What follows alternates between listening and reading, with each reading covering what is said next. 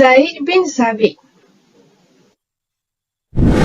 Bagi Zaid bin Sabit adalah Zaid bin Sabit bin Al-Dahak Al-Ansari Al-Najjari. Beliau lebih dikenali sebagai Zaid bin Sabit. Beliau juga merupakan salah seorang daripada sahabat Rasulullah sallallahu alaihi wasallam, dan Zaid bin Sabit mempunyai 3 gelaran, di mana gelaran yang pertama adalah Abu Sa'id. Gelaran Abu Sa'id ini merupakan gelaran yang paling terkenal bagi beliau. Manakala yang kedua adalah Abu Kharijah dan yang ketiga adalah Abu Abdu Ar-Rahman.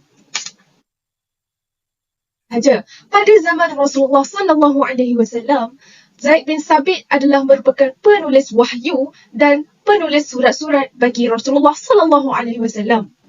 Manakala pada zaman pemerintahan Abu Bakar, Zaid ini ditugaskan untuk mengumpulkan Al-Quran dari dada penghafal.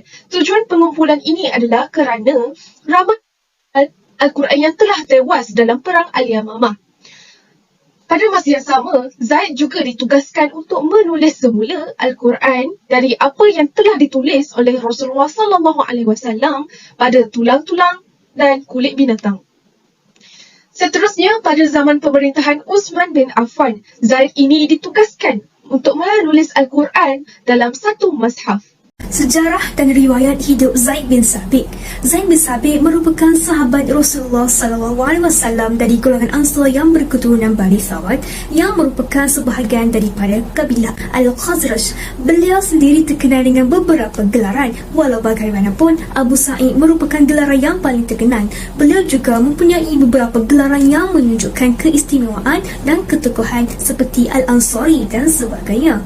Sejak kecil lagi, beliau dididik sebagai seorang anak yatim. Beliau telah dilahirkan 11 tahun sebelum hijrah Rasulullah SAW ke Madinah atau 2 tahun selepas penurunan wahyu ke atas Rasulullah SAW. Beliau mahir membaca Al-Quran di hadapan Rasulullah SAW dalam usia muda sehingga membuatkan baginda terpegun dan merasa kagum. Beliau juga mendapat didikan dan asuhan secara langsung daripada bapa tirinya iaitu Umarah setelah kematian bapanya. Pendapat yang paling tepat dalam menentukan tahun kematian Zaid bin Sabit ialah pada tahun 45 Hijrah, iaitu ketika usia beliau 56 tahun. Seterusnya, Zaid bin Sabit terkenal dengan semangat juang dan jihad yang sangat tinggi. Buktinya adalah keberanian beliau untuk turut serta dalam perang Badar walaupun beliau berusia 13 tahun. Namun begitu, Rasulullah tidak membenarkan beliau untuk turut serta dalam peperangan tersebut. Penyertaan beliau di medan jihad bermula pada peperangan Uhud. Halangan dari turut serta peperangan yang pertama itu tidak mematahkan semangatnya untuk terus berjuang, terutama dalam mendalami ilmu pengetahuan. Beliau dikenali sebagai tokoh ilmuwan, contoh dalam bidang qiraah dan faraid. Beliau juga dilantik menjadi penulis wahyu dalam usia yang masih muda. Perwatakan beliau adalah seorang yang berpendirian tegas dan berfikiran terbuka. Ini dapat dibuktikan apabila pandangan beliau diterima dalam menyelesaikan masalah yang berlaku. Beliau juga seorang yang mudah mesra apabila berinteraksi dengan rakan-rakan. Akhir sekali, beliau merupakan salah seorang ilmuwan dari kalangan ahli Al-Quran. Itu sahaja berkaitan latar belakang dan riwayat hidup Zaid bin Sabit. Sumbangan Zaid bin Sabit. Yang pertama, penulis wahyu Allah. Rasulullah SAW memberikan kepercayaan kepada Zaid untuk mula menulis wahyu Allah dengan melihat kepada ketepatan dan pemahaman beliau yang tinggi dalam menterjemah. Rasulullah akan memanggil Zaid bin Sabit untuk menulis ayat Al-Quran setiap kali wahyu Allah diturunkan. Rasulullah SAW akan membaiki ayat tersebut jika terdapat kesalahan seperti tertinggal huruf atau kalimah sebelum ayat tersebut dibacakan kepada para sahabat yang lain.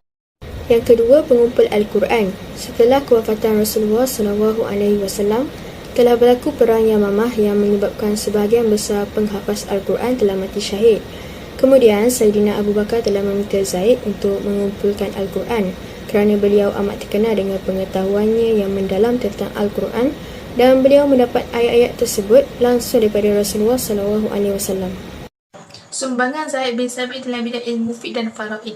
Kecerdikan Zaid dalam memahami hukum Islam menjadikan beliau sebagai sumber rujukan kepada sahabat-sahabat yang lain. Apabila timbul suatu masalah, mereka akan minta beberapa orang dalam kalangan mereka untuk berbincang dan menyelesaikan masalah tersebut. Dalam hal ini, Zaid bin Sabit adalah tokoh yang tidak terkecuali dalam memberikan pandangan untuk menyelesaikan masalah tersebut. Zaid bin Sabit digambarkan sebagai seorang yang mempunyai sifat credibility, iaitu sifat yang boleh dipercayai sebagai faqih. Beliau dikategorikan sebagai sahabat Rasulullah SAW yang banyak mengeluarkan fatwa, dan beliau juga terkenal sebagai tokoh perundangan yang mahir dalam bidang tersebut. Salah satu bidang kepakaran Zaid bin Sabit dalam ilmu fiqh ialah faraid. Beliau terkenal sebagai rujukan dalam bidang pewarisan harta pusaka. Jika mempunyai masalah dalam hal tersebut, biasanya akan dirujuk pada pandangan beliau. Pandangan beliau dalam faraid diutamakan dan diambil kira, terutamanya apabila berlaku perselisihan berbanding dengan pandangan sahabat-sahabat lain. Namun, Khalifah Umar juga memperakui keilmuan Zaid bin Sabit dalam bidang faraid. Malah, Zaid bin Sabit juga mahir dalam bidang pengiraan dan matematik. Usaha para sahabat dan peranan mereka dalam meriwayatkan hadis Rasulullah SAW adalah berbeza-beza.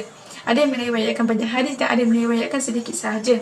Dalam hal ini, Zaid bin Sabit digolongkan dalam kalangan mereka yang meriwayatkan sedikit sahaja kerana beliau lebih tertumpu kepada penulisan Al-Quran. Tugas penulisan Al-Quran adalah sangat berat dan ia perlu dilaksanakan dengan penuh ketelitian. Sebagaimana yang diperakuinya, demi Allah, kalaulah disuruhku untuk memindahkan bukit, nescaya ia lebih mudah berbanding tugas mengumpul Al-Quran.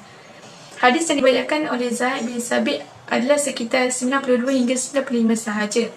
Beliau meriwayatkan hadis secara langsung daripada Rasulullah SAW dan beberapa orang sahabat seperti Abu Bakar, Utsman bin Affan, Umar bin Al-Khattab dan Abdullah bin Umar.